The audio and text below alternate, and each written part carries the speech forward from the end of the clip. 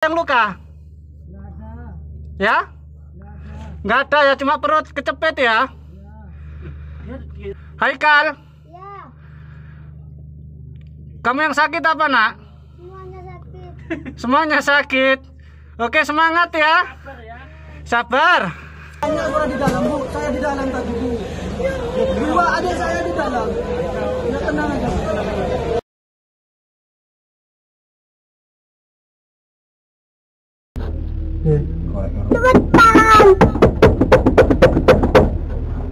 Sudah 2 meter. Tidak juara ya Allah. 2 meter. Santai sup. Santai sup. Tenang sup. Wes. Kabel kuning. Ya.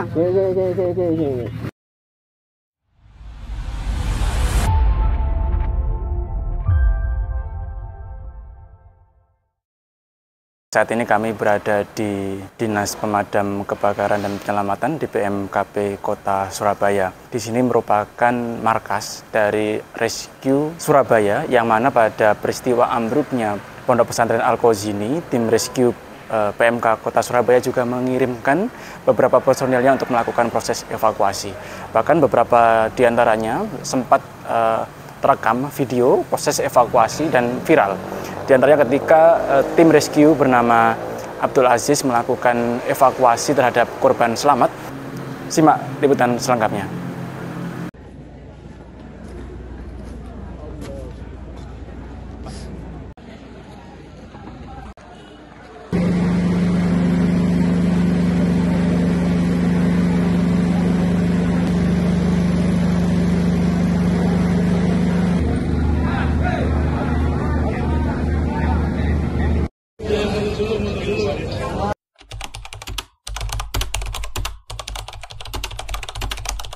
Saya sehari-hari berdinas di tim rescue Peleton 1 di Damkar Kota Surabaya.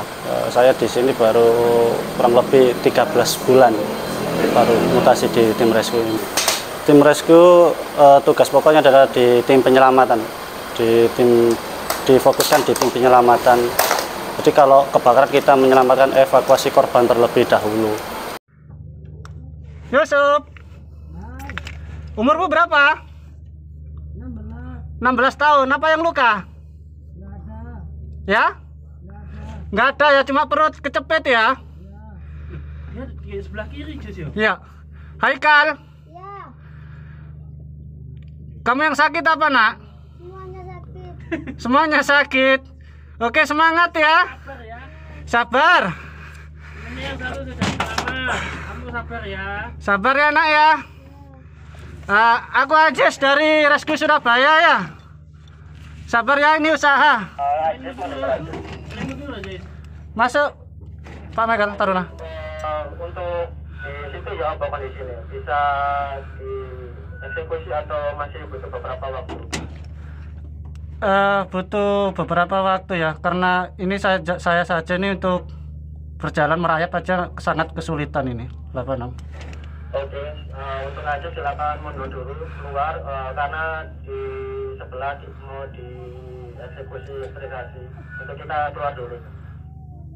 86. Untuk Haikal ini di arah jam 1 ya, kurang lebih 2 meter dari jarak saya. Untuk saudara Yusuf arah jam 12 dari saya, kurang lebih 4 meteran. Untuk cedera tidak ada, hanya kecepit aja. 86. Aziz. Itu alatmu untuk penyangga. Silakan dipasang semua. Terus sudah dipasang, silakan didokumentasi, langsung lanjut keluar. 86. Itu untuk alat penyangganya Wijaya saja. Sudah terpasang dengan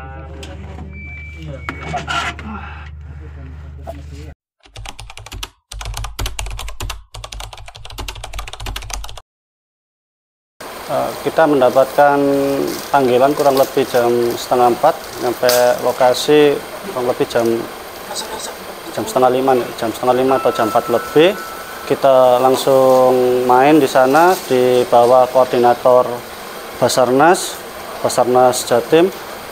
Ketika itu sebelumnya Danru saya atas nama Pak Michael Munir sudah koordinasi dengan koordinator tim Basarnas.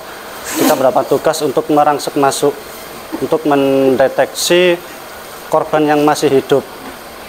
Saya masuk dengan teman saya, Mas Nio, dengan menggunakan alat Sescam yang kita miliki. Pada saat itu alat-alat canggih masih belum datang, sambil nunggu bantuan dari daerah-daerah lain. Karena pada saat itu di lokasi ada tim Basarnas Jatim sama tim PMK, dan tim PMK Sidoarjo juga di sana juga. Saya masuk, ada korban atas nama Dani. Atas nama Dani ini posisi selamat kita keluarkan dulu sama tim Basarnas. Terus saya masuk lagi sama Mas Nyo dengan menggunakan Sescam. Saya teriak di situ banyak suara rintihan, sakit, tolong. Saya mendengar suara Haikal yang begitu dekat. Di depan saya itu ada jenazah yang sedang sujud. Saya pastikan, saya teriak-teriak, halo, assalamualaikum, masih ada yang hidup apa enggak? Nah, waktu itu Haikal menjawab dulu, ada Pak, saya Pak, nama kamu siapa? Haikal. Terus saya interview, saya tanyain, Haikal, kamu dari mana? Dari Probolinggo. Apa yang sakit? Yang sakit perut Pak, sama di bawah. Terus saya teriak lagi, apakah ada yang masih hidup lagi? Ternyata ada Yusuf. Yusuf ini asal Malang. Kurang lebih mungkin jauhnya dari kurang lebih antara 6 meter atau 8 meter dari lokasi. Saya mau masuk ke Haikal, enggak bisa. Karena akses sangat sulit. Sescam pun tidak bisa masuk, hanya bisa kontak suara. Saya teriak terus, apa yang sakit, gimana keadaan kamu, sambil saya hibur biar korban ini tidak merasa ketakutan, tidak merasa depresi, karena di situ banyak suara rintihan dari teman-teman, banyak yang minta tolong gitu. Terus jenazah itu juga ada di depan itu, mungkin si Haikal ini ketakutan atau apa. Bentar ya, saya sambil usaha, saya mau masuk, nggak bisa, merangkak aja sangat kesulitan. Itu kurang lebih space itu hanya sebatas kepala saja. Kepala saya itu hanya bisa miring gini, bisa masuk. Dan kebenaran saya pegang HP, saya coba video buat laporan karena leader saya minta bantuan, minta ada perintah, coba didokumentasi berapa suara. Terus saya keluarin HP saya, ternyata Haikal dan Yusuf ini yang sangat dekat. Terus saya kontak dengan Yusuf, gimana keadaan kamu? Nggak apa-apa Pak, cuma kecepit di bagian bawah. Tolong Pak, di samping saya ini ada lubang. Itu ada lubang Pak, lubangnya kecil. Oke, saya akan bantuan dulu, saya akan koordinasi dulu sama tim saya. Ya, untuk menyelamatkan kalian, sabar ya, sabar gitu. Ayo kita sholawatan, kita berdoa. Ayo kita berdoa, ayo kita sholawatan semua. Begitu saya keluar mau bantu Haikal ini tidak bisa karena prosesnya sangat sulit untuk mengeluarkannya. Dan pada saat pertama saya masuk itu tangan Haikal yang tangan kiri dia kecepit. Saya tanya, coba tangan kanan kamu pegang tangan kiri kamu masih bisa apa enggak? Itu memastikan bahwasanya tangan kanan ini masih berfungsi apa enggak. Jika masih berfungsi kan enak. Kalau seandainya kesulitan, kita bisa ngasih air minum dulu atau makanan dulu buat dia konsumsi sambil lalu menunggu evakuasi. Saya dapat kontak dari Pak Munir selaku leader saya atau Danru, nanya gimana untuk Haikal. Kalau Haikal masih butuh beberapa waktu, oke kita keluar dulu karena saya keluar dulu ngerong dari lubang itu karena tim Basarnas sedang mau menolong korban yang lain. Saya koordinasi lagi gimana untuk Haikal sama Yusuf di dalam. Kalau Yusuf memberitahu saya di situ ada lubang dan Yusuf ini free untuk space-nya kayak kita cari. Akhirnya kita mendahulukan si Yusuf dulu. Yusuf ini kita mulai evakuasi pukul 10 malam, kita lubangi beton. Kita lubangi beton sampai jam 2, kurang lebih jam 2 pagi. Kita ada lubang, kelihatan tangan si Yusuf. Kebetulan itu teman saya yang bikin lubang, Mas Neo itu.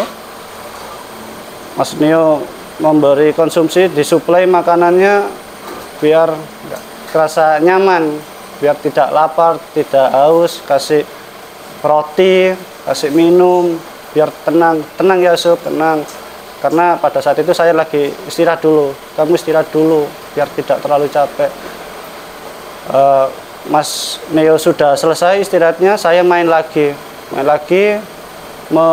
mendapatkan perintah bahwa saya suruh memotong betoneser, besi betoneser yang menghalangi si Yusuf ini di lubang yang sudah dibuat Mas Neo, di lubang evakuasi yang sudah dibuat Mas Neo ini. Saya keluarin si Yusuf ini, mohon maaf, saya kira sudah meninggal karena tidur sambil membawa Al-Quran dan kopiah. Padahal saya menggunting, memotong betoneser itu sangat keras bunyinya, pas gitu. Yusuf coba bangun. Yusuf sudah tidak ada respon. Saya nangis, terus terang saya nangis, saya pikir saya kacau. Di samping kiri itu juga ada korban yang nangis-nangis minta tolong. Yusuf, akhirnya saya tarik kepalanya itu, saya goyang-goyang, Yusuf. Akhirnya dia kaget. Iya Pak, sabar ya, bentar lagi kamu keluar. Tenang ya, kamu mau minum? Iya Pak, saya mau minum. Saya kasih minum. Terus lubang itu selesai, saya laporan, Pak ini sudah ready untuk melakukan Yusuf. Akhirnya saya tarik pelan-pelan, dibantu teman-teman di belakang saya. Kan harus saling menolong nariknya. Alhamdulillah si Yusuf ini bisa keluar.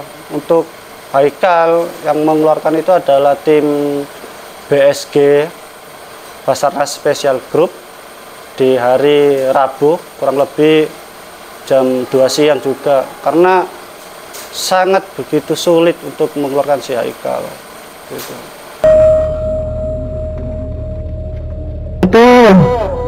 Balik sama pengasih. Motornya, Balikin sama pengasih. kamu bisa gerak.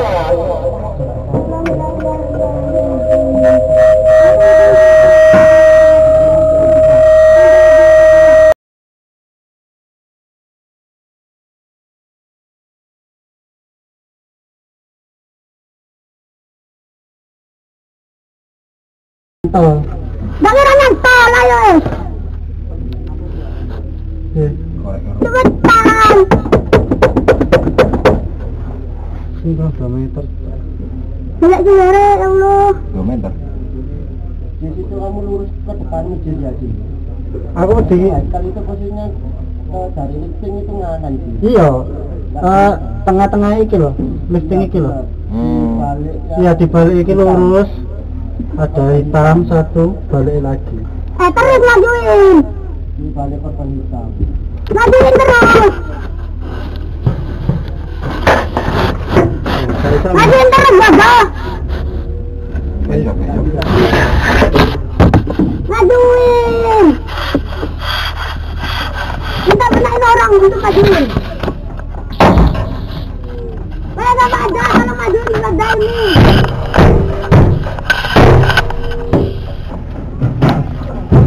Ada nak? Oke, mau tuan.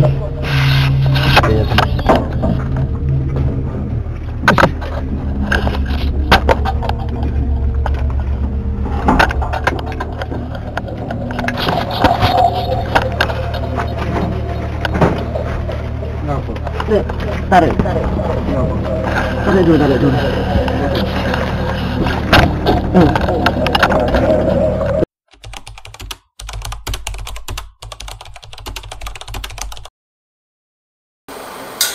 SOP-nya emang seperti itu untuk menenangkan korban. Karena pasti semua orang pada saat terjadi insiden seperti itu akan ada di titik terendah. Dia akan depresi, akan pikirannya sudah kacau balau. Maka dari itu saya menenangkan bukan bermaksud menginterview, bukan, tapi saya tanyakan dulu gimana, memastikan keadaannya Yusuf dan Haikal ini seperti apa, posisinya seperti apa, terus cederanya di mana, dan biar teman-teman ini merencanakan untuk melakukan evakuasi kedua korban tersebut. Yang dikhawatirkan takutnya ada luka serius, ada cedera yang sangat serius sekali atau lemah sekali. Kita kan harus memastikan juga, karena kita butuh waktu yang sangat cepat kan, itu golden time kami untuk segera cepat-cepat mengevakuasi korban tersebut. Dan interview itu untuk menenangkan si korban ini biar merasa tenang. Pasti semua orang akan merasa kacau balau, jangankan si korban, saya aja dan teman-teman nangis, Pak. Nangis karena banyak suara rintian, tolong, terus geduk-geduk beton, terus mukul-mukul plat bondek itu. Tolong Pak, tolong, kita nangis. Ingat bagaimana kalau di posisi itu adalah saudara kita, bagaimana kita keadaannya di situ, posisi kita di situ. Makanya tenang ya, tenang, ayo sholawatan, ayo kita berdoa, jangan lupa sama Allah, ayo berdoa. Ustaz tenang, aku Aziz dari Surabaya, tim rescue, aku akan menolong kamu, tenang ya, tenang. Saya selalu menenangkan si Haikal ini. Kalau si Haikal ini semangat, Pak, semangat, ayo Pak, aku bantuan Pak. Gitu. Saya 3 kali masuk ke tempat Haikal ini, namun mohon maaf saya tidak bisa menjangkau karena sangat begitu sulit, karena pergeseran atau pergerakan beton ini terus-terusan, Pak, kretek gitu. Dan saya ngomong, ini si Haikal untungnya dibantu sama jenazah yang di sampingnya.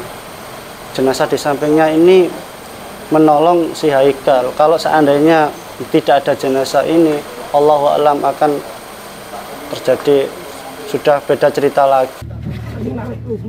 Tarik Mas. Iya, tarik terus. Geser kiri, Mas biar. Terus, tarik. Cek, tarik. Geser kanan. Yuk, geser tarik. Terus, kabel kuning. Mana ya? Mana? Itu metu di sini. Heeh. Awakmu iso mrene kok. Awakmu. Sama nang kono Mas. Wis. Enak sing luka awakmu? Ayo, saiki. Oh, iso gerak. Iso medun. Aman. Aman to. Wis, saiki metu. Turu ae. Tak tarik nek angel metu. Turu ae. Ditandu. Enggak usah. Di luar. Aman. Awas kepala. Kepalamu noleh kanan apa kiri ya. Terus ya, tak pegang. Aman. Bismillah. Awas kepala, Mas. Wis, tetap berangkang. Awas kepalamu kisah. Kaki wae. Kalem ya. Udah, di sini yuk. Oke. Apa saja? Hah? Tak caranya. Ya pelan yuk, agak. Yuk. Cek tak kalau siang jangan sisi ya. Jangan alatnya. Ya. Cek, ini juga alatnya.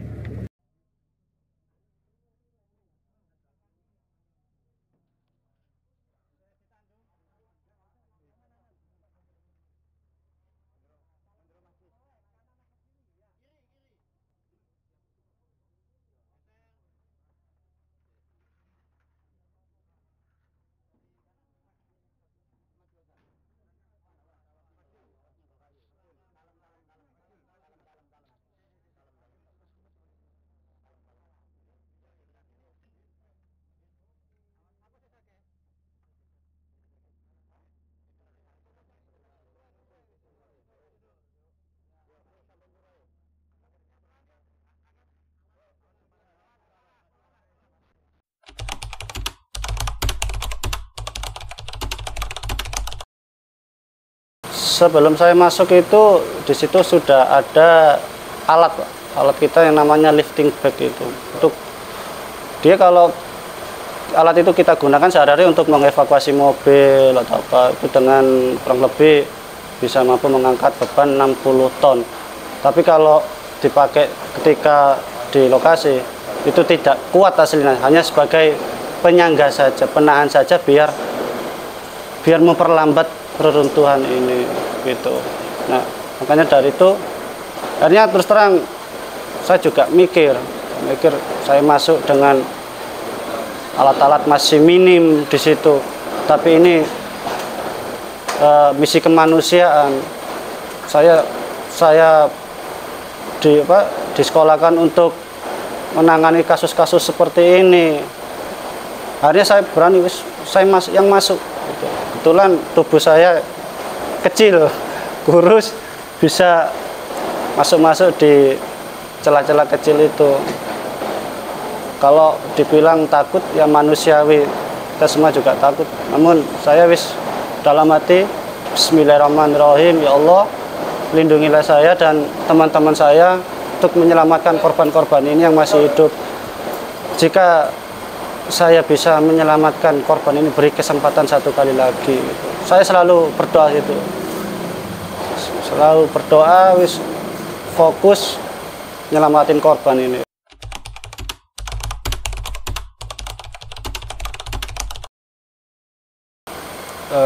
Untuk saya waktu keluarin korban itu di hari pertama 2 korban. Itu yang pertama korban Dani itu kolaborasi dengan tim Basarnas. Untuk Yusuf murni tim dari Damkar Surabaya. Kita berusaha kan dibagi, Pak. Dibagi ya.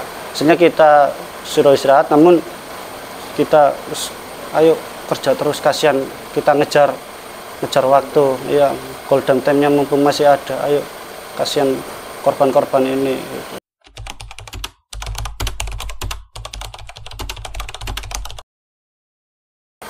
Kalau evakuasi sebelumnya kan terus terang mungkin lukanya tidak seberapa parah dan mungkin obstacle-nya atau rintangannya bisa diatasi kecil.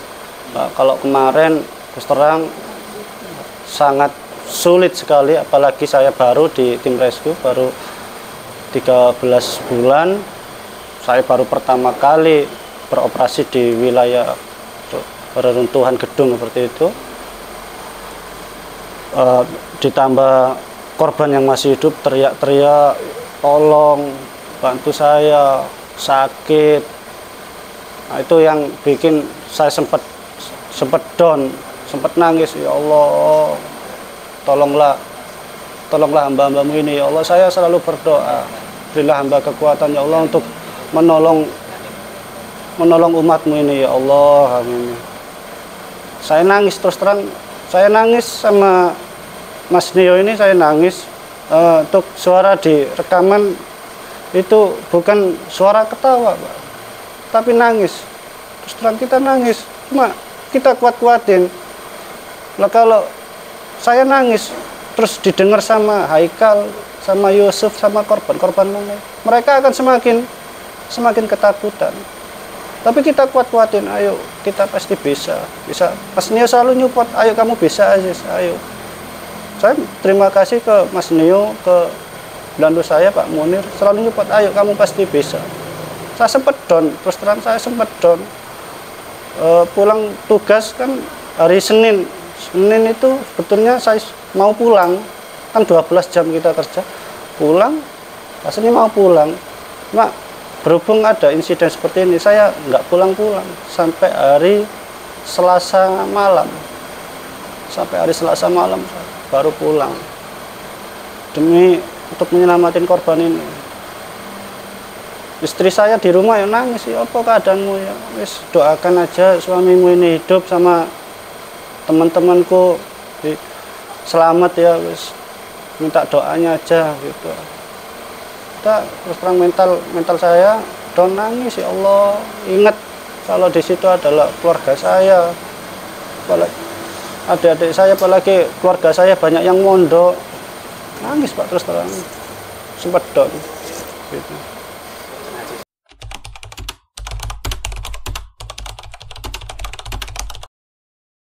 Kalau ancaman seperti itu kita sudah sering, kita masuk di tim damkar ini, masuk damkar sudah siap dicaci maki. Maka dari itu mental kita harus kuat dengan netizen-netizen. Maklum, terus lumrah dengan keluarga korban, pasti saya sangat memaklumi keluarga korban itu was-was dengan putra-putranya. Cuma di sini untuk para rescuer, para volunteer ini selalu bekerja keras. Jangan kita makan aja sampai lupa. Makan sampai lupa demi nyelamatin korban ini. Kenapa menyelamatkan korban ini sangat lama? Karena prosesnya dan obstacle-nya ini sangat sulit. Masuk ke lubang-lubang gedung-gedung tersebut, gedung hancur ini sangat sulit sekali. Jadi ya mohon maaf jika masyarakat menganggap kami ini lambat dalam penanganan, tapi kita sudah semaksimal mungkin tenaga dan pikiran kita keluarin. Kita fokus penyelamatkan korban. Kalau masalah cacian gini-gini sudah masuk kuping kiri, keluar kuping kanan, gitu aja. Yang penting kita bekerja lillahi ta'ala, kita membantu manusia atau korban-korban ini. Itu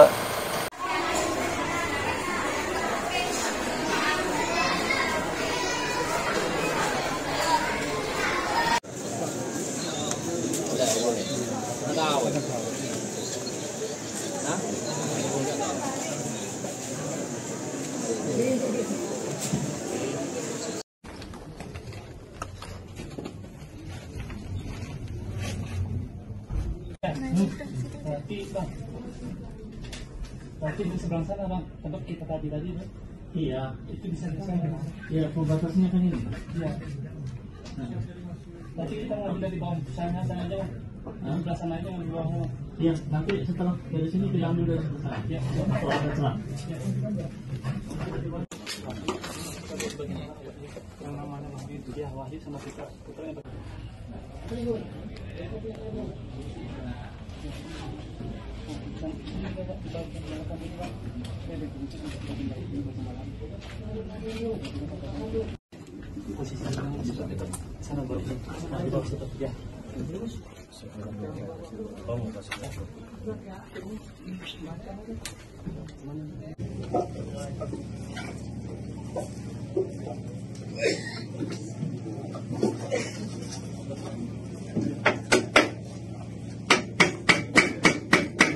Kanan Pak, ujung ada poin kecil itu, ada celah ya.